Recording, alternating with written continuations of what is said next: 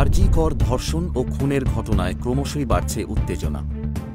এবার রবিবার ১-৮ আগস্টের মধ্যে আরজি কর কাণ্ডে দোষীদের ফাঁসি চাইলেন মুখ্যমন্ত্রী মমতা ব্যানার্জি।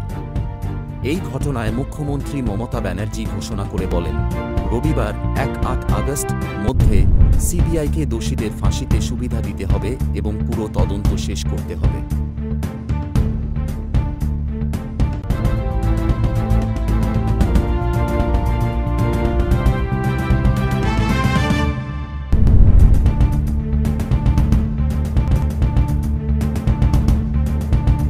ছাত্রছাত্রীদের কাজ নয়, ওয়াজখড়ে হামলায় রামবামকে কাঠগড়ায় তুললেন মুখ্যমন্ত্রী। মধ্যরাতে মেয়েদের রাস্তা দখল চলাকালীনই আরজি কর হাসপাতালে বহিরাগত দুষ্কৃতীদের হামলা নিয়ে এই প্রথম মুখ খুললেন মুখ্যমন্ত্রী মমতা বন্দ্যোপাধ্যায়।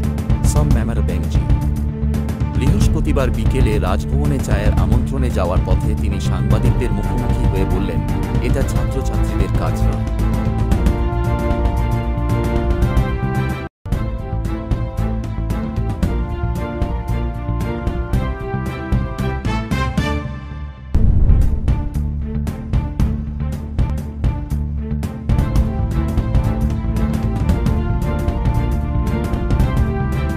সংখ্যালঘু হিন্দুদের নিয়ে চিন্তা, লালকেল্লা থেকে বাংলাদেশ সম্পর্কে কী বার্তা দিলেন মোদি? দিল্লির লালকেল্লায় ভাষণ দিলেন প্রধানমন্ত্রী নরেন্দ্র মোদি। এই প্রথম মোদি বাংলাদেশের পরিস্থিতি নিয়ে প্রকাশ্যে কোনো বক্তব্য রাখলেন।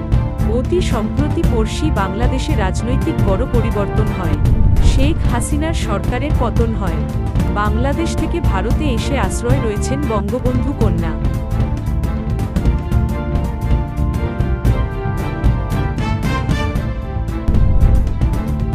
সপ্তাহের মাঝে ফের ঊর্ধ্বমুখী সোনার দাম।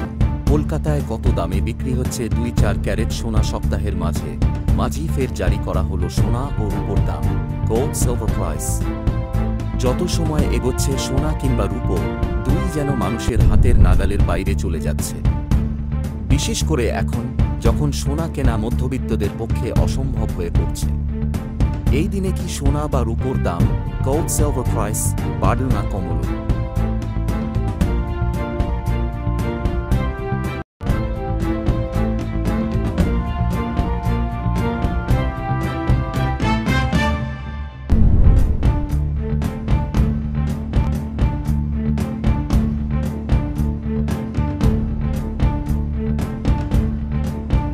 এসএইসির ডাকা ১২ ঘণ্টার বাংলা বন্ধ এবং বিজেপির ২ ঘণ্টার কর্মবিরতির আবেদন মোকাবিলায় সক্রিয় হল রাজ্য সরকার। শুক্রবার ১৬ অগস্ট দুই বিরোধী দলের ওই কর্মসূচিতে রাজ্যের জনজীবন স্বাভাবিক থাকবে বলে জানিয়েছে নবান্ন। বৃহস্পতিবার প্রকাশিত প্রেস বিজ্ঞপ্তিতে বলা হয়েছে, শুক্রবার ১২ ঘণ্টার বাংলা বন্ধের কোনো প্রভাব পড়বে না।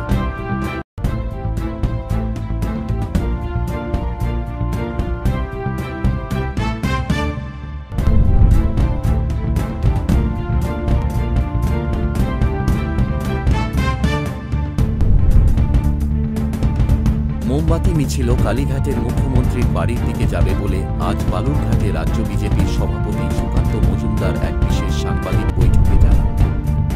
মুখ্যমন্ত্রীর পদত্যাগের দাবিতে আগামীকাল থেকে রাস্তায় নেমে আন্দোলনের ডাক দিল বিজেপি। পাশাপাশি সামাজিক ধর্মঘটের ডাক দিল তারা।